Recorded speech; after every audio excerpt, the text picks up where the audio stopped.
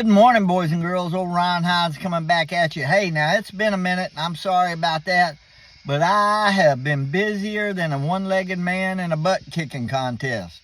Boy, howdy, let me tell you. But I've gotten a lot of stuff done, so here we go for today's rant. So have you ever went out and you said, hey, I'm going to help somebody, you know them. They're needing a little help and guidance or whatever. And then it seems like you help and then, I don't know, it just seems like they're not appreciative. Well, did some research on the Bible. So anyway, if you're going to help somebody, that's fine. But don't help them if it's going to, and this is in the Bible, you can't help them if it's going to relate to sin or foolishness and or dependability, right? Which could be drugs or whatever. So you can't just hand out money. But I'm a firm believer in feeding those that are hungry. So you want to do a little research or whatever. Read Proverbs 3:27 and 28, and James 2:15 and 16, and John 3:16. That's where we're commanded by God to go help people. And there's nothing wrong with that. But then, if you read Thessalonians 3:10, it encourages us not to help the lazy.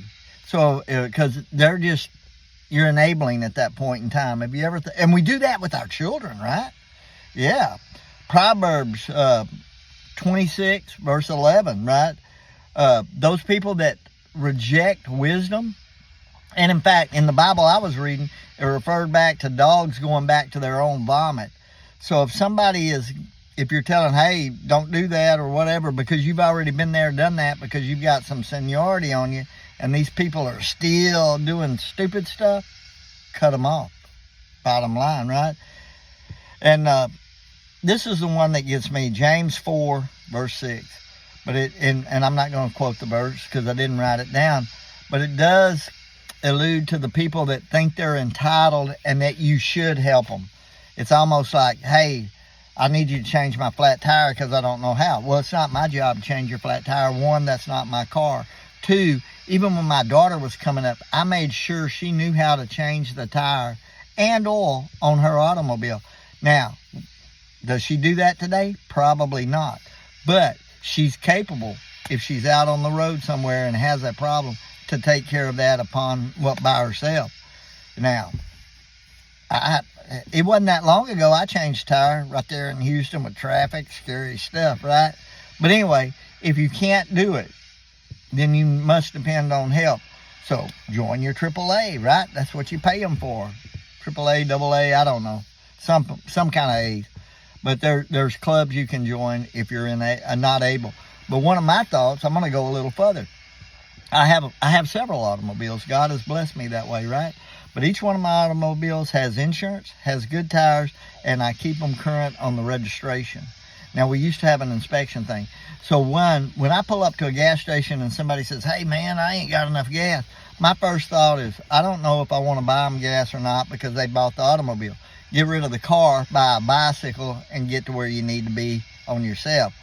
But anyway, do they have insurance? Do they got good tires? Is that a safe vehicle? A lot of things run through my mind because if you're not financially able to operate the automobile, should you even own it? Sell it and get something you can.